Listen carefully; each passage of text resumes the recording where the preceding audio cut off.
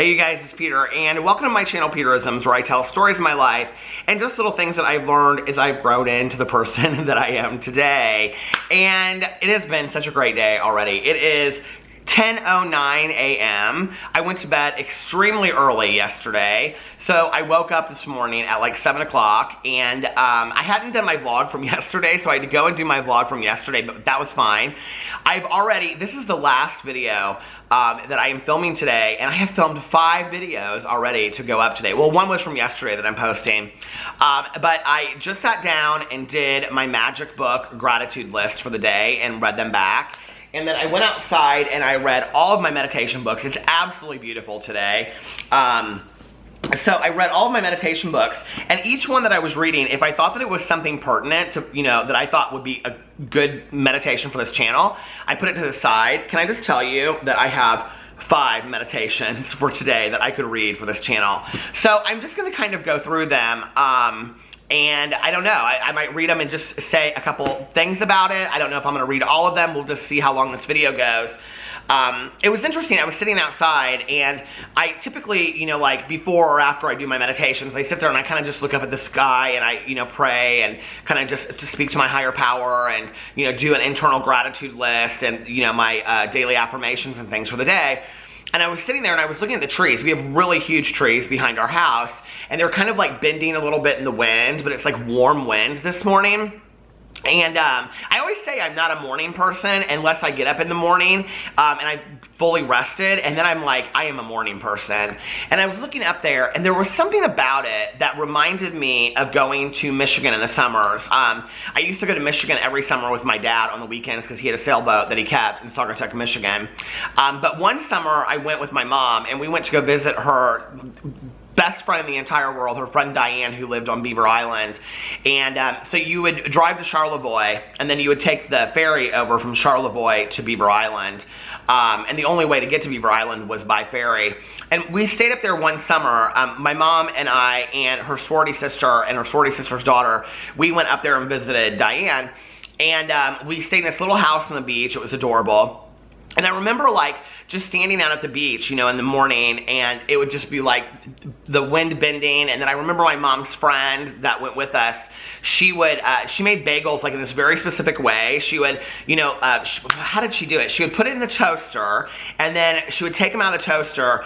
She would put butter on them and cream cheese, and then she would wrap them in tin foil, and she would put them in the oven for 10 minutes more, and they were delicious.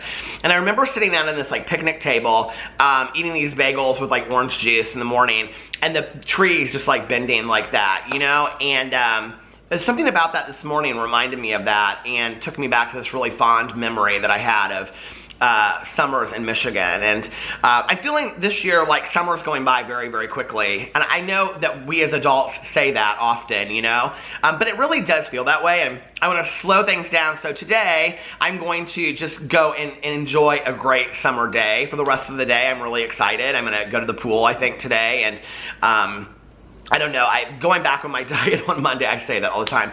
So I'm gonna get some big salad or something and maybe eat it by the pool today and just kind of enjoy just a day, just outside and having fun and maybe watching a movie later tonight or something like that. So let's get into the meditation books. The first one is from Meditations for Living in Balance, Daily Solutions for People Who Do Too Much.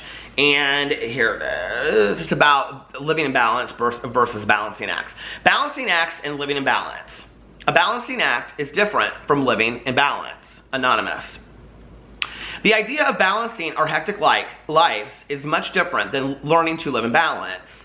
A balancing act is much like life on a high wire, where one false step or leaning too far in one direction can lead to disaster. Some of us have designed our lives so tightly that any change or emergency can throw us into disaster mode. For example, I know, Boo Radley, you want me to help you get up there? Hold on a second. Welcome to my life. Come here, Boo-Boo. Come here, sweetheart. Boo Radley wants to be, here he is. He says, hello, everybody. He wants to be over here with Tucker. Okay, let me get back to the meditation. I apologize. Some of us have designed our lives so tightly that any change or emergency can throw us into disaster mode. For example, we have set up childcare so that we deliver the children every morning and then pick them up after work. We carefully plan our work to fit into these childcare routines. Then one child gets sick, or we have a special project at work, and lives and households careen into a shambles. Life has knocked our balancing pole out of our hands. Yet, that's the way life is. Life is an ever-changing process. When we try to treat it like a series of events, we will always run into trouble. The secret to living in balance is internal, not external. Living in balance can never be accomplished through the manipulation of external events. Become more aware of what contributes to an internal feeling of balance for you. It's such a great idea, it's such a great meditation. Funny kind of thing, when my second sponsor that I got was actually the husband of a friend of mine. And I remember I was sitting in a meeting with him, and the topic was actually balance. And I was looking for a new sponsor at the time. And so I said, you know, when I shared, I always tried to, like back then, like today, hey, listen, like I just share my truth, you know, I share where I'm at. But back then I always was like in early sobriety, tried to sound great, and don't do that. If you're in recovery, don't try to share the greatest share. It's just, it doesn't matter. Share what's going on with you, you know, that would be my suggestion. But I was sitting there and it was about balance, and it came to me and I was like, I think I do a pretty good job of balancing my life. Okay, I'm at the time probably 6 months sober. Let's talk about having absolutely no balance in your life, right? I'm like, yeah, I think I do a pretty good job of balancing my life. I have really good balance, you know, whatever. And I remember it came to him and he was like, I have absolutely no balance in my life whatsoever. Like I try to, but I don't, right? And he was like, as soon as I try to get some balance in my life, it goes, you know, completely the other direction. And that's exactly what this book is talking about. And so it's a really good meditation. Boo. He is wound up today. He was wanting to wrestle with his brother. Boo Radley. You want to come over here? So, you know, that's what the meditation is talking about. It's talking about, like, how we set our lives up to look a certain way, to have a lot of structure, you know? I always think to myself, I need more structure in my life, but then when I have it, like, I don't really want it, and I fight against it.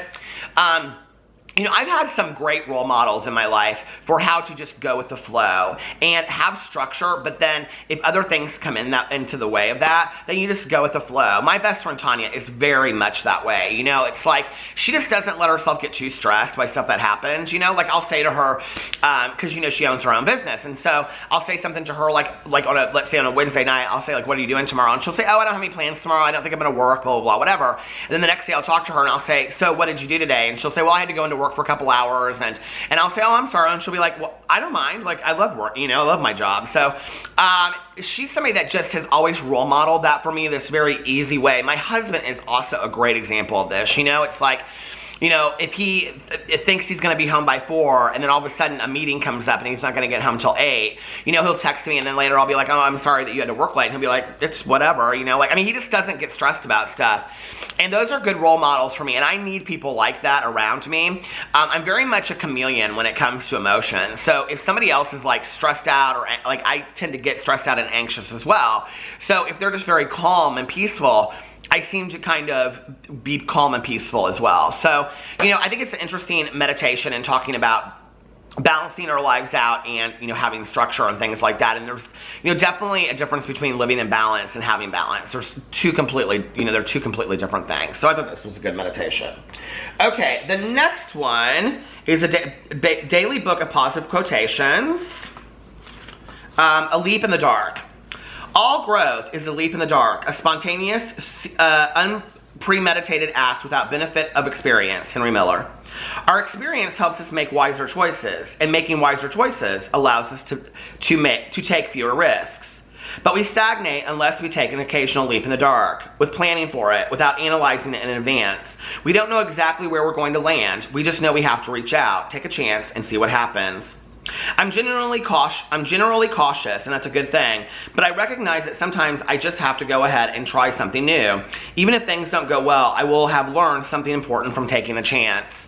You know, it's interesting that this meditation was my meditation this morning, because I woke up and I was watching some videos on YouTube, and I was uploading a video that I had done for my Peter Monn channel, and I was thinking to myself, like, I want to do some different stuff on this channel. Like, I love to do the drama commentary stuff. I really enjoy it, but at the same time, like, I want to try some new things. I want to take some risks on this channel and do some things that I haven't done before, you know? And some of them will be good, and some of them people won't enjoy, and, you know, they'll be failures and whatever, and that's life, isn't it? Like, that's how we learn. We learn, you know, by trying new things, and I think that's what you have to do. I can remember when I was in high school, I so wanted to like work for a newspaper. Like that's what I thought I wanted to do, was be a newspaper reporter. And then I took newspaper like one semester and I realized I had no desire to work for a newspaper whatsoever. Like that wasn't what I wanted to do. And I've often in life learned what I don't want to do or what I do want to do by trying things out and finding out that I have no desire to do them whatsoever, you know? So you have to take some risks in life. And I think that also goes for bucket list things. You know, you have to put some things on there that, you know, a couple years ago, at the top of my bucket list was like, try all these different kinds of pancakes. I never had blueberry pancakes. I never had chocolate chip pancakes. And my friend Melissa, she took me to the original International House of Pancakes or whatever. And we had like all different kinds of pancakes. And what I realized was I like French toast and waffles. And it's just not that deep, you know what I mean? But I had to try those things to realize that I really like a good waffle or French toast. I'm not a big, you know, pancake person of any kind. So obviously. So anyway, you have to take some risks sometimes. Okay, and then the next meditation is from Healing After Loss, Daily Meditations for Working Through Grief. I'm really liking this book. I don't read this book often, but I really like it. July 19th. Over the Nowhere, Arcs Everywhere, Maria Rainier Rilke. I remember on a very cold day retracing my steps in what could have been no more than a square quarter mile of a section of Minneapolis. It was late afternoon in winter. I could see the top of the building I wanted to get to, but turning toward it, I would again lose sight of it as I hurried among the intervening buildings. I knew that if only I could look down on it from above, I could understand the scheme of streets and find my way. Sometimes when we are grieving, we feel as though we are randomly moving about or being moved, totally out of touch with any overarching reality or meaning in our lives. Or maybe the feeling is akin to losing one's place in a book. How can we find the page again and pick up the storyline? I just want to pause this and say, like, when I read that grief is similar to losing your place in a book, I was like, I mean, it was literally like an aha moment for me. Like, when I think back about that first year of my life after my mom passed away, like, that is exactly how I felt. Like, I felt like I had lost my page in a book, and I had no idea how to go back and find out where I was. Because it's a feeling that you've never been to before, right? It's surreal. And so, you know, you can give all the greatest grief advice in the entire world, the grief suggestions, and a lot of people gave me really good suggestions at that time and told me great things to do, and I'm sure they had worked for them, you know, and all of that. But, like, it felt like I was in such a weird place. It felt like you don't know my mom. You didn't know my mom. You don't know me. You don't know what it's like going through this. And I think that's the thing, is that grief is so specific and so different for each person.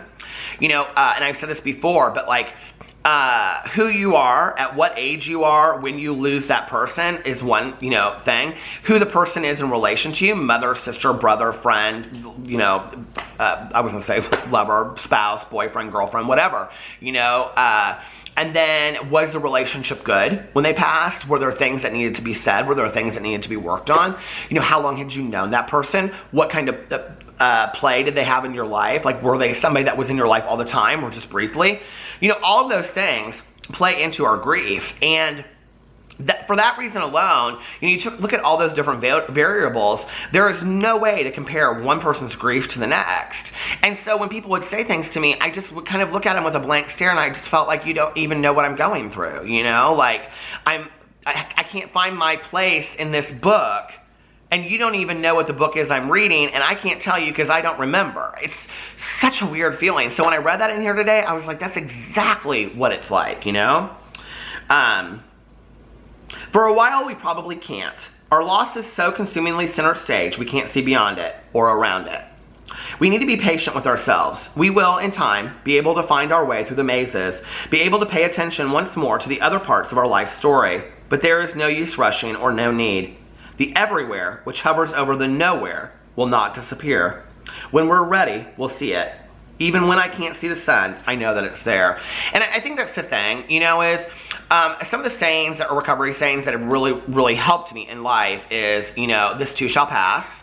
And that has been proven in my life, that whatever I'm going through at that moment, whatever feeling I have or whatever, it passes over time and becomes less than, and doesn't, you know, stress me out as much as it's stressing me out at that moment. You know, and I've learned so many valuable lessons in my life from just looking at the situation that you're in now and thinking about, you know, 3 years down the road, well, it didn't have that big of an effect on me. You know, like, I miss my mom. I don't miss her like I did that first year, you know?